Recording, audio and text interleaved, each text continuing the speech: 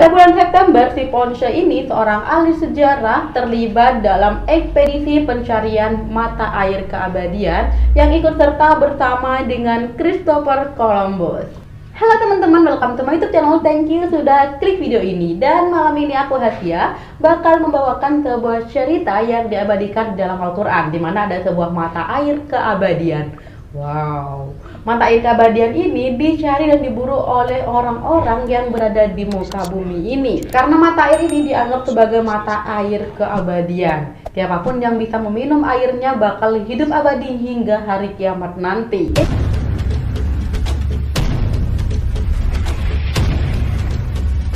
Itu nggak bakal meninggal sampai dia meminta kepada Allah Subhanahu wa Ta'ala untuk dimatikan di hari kiamat. Nah, mata air itu bernama Ainul Hayat, atau dalam bahasa Inggrisnya kita mengenal sebagai Fountain of Youth, di mana pada masa itu banyak kerajaan-kerajaan dan para raja yang berburu mata air untuk bisa hidup abadi. Dan waktu itu yang menginginkan bisa menegak airnya adalah seorang raja bernama Raja Ferdinand.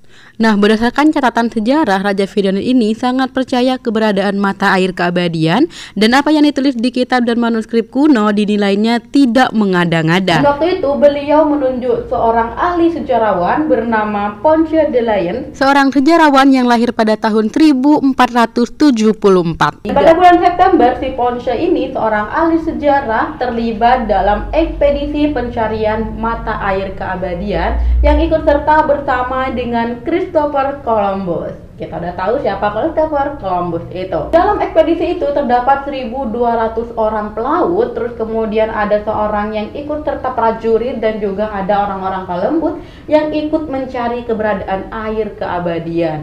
Namun di dunia ini ada seseorang yang berhasil meminum dan menegak airnya, yakni bernama Nabi Khidir, prajurit terbaik dari Raja Dzulqarnain. Nah, pada waktu itu Raja Dzulqarnain ini lagi jalan untuk mencari mata air keabadian. Dia juga bersama dengan Nabi Khidir yang mengawal perjalanannya. Nah, dia udah sampai di sebuah tempat di mana tempatnya agak gelap, dan waktu itu Nabi Khidir mendapat bisikan kalau air keabadian itu berada di sebelah kanan jurang. Pada akhirnya beliau langsung membuka baju dan beliau langsung turun ke tempat itu, mata air itu, dan menegak airnya. Setelah itu Nabi Khidir setelah minum air dan setelah mandi juga di sumber mata air itu, langsung keluar seperti biasa kepada raja. Dan waktu itu si raja gak tahu kalau si Nabi Khidir ini sudah minum dan sudah mandi di tempat yang diidam-idamkan untuk hidup abadi. Dan setelah itu Nabi Khidir sama Allah Subhanahu wa Ta'ala diperintahkan untuk bertugas di sana menjaga air keabadian ini agar tidak disalahgunakan oleh makhluk di muka bumi ini, baik itu dijaga dari setan, perlakuan manusia, dan seluruh makhluk di muka bumi ini. Jadi sampai sekarang Nabi Khidir menjaga air keabadian itu. Sampai saat ini tempatnya masih menjadi tempat yang misterius sekali, teman-teman. Namun di antara kemisteriusan itu, para ulama berpendapat kalau mata air itu terdapat di Pulau Bermuda. Karena kita tahu kalau misalnya melintasi Pulau Bermuda, baik itu kapal, masyarakat itu pasti akan tenggelam.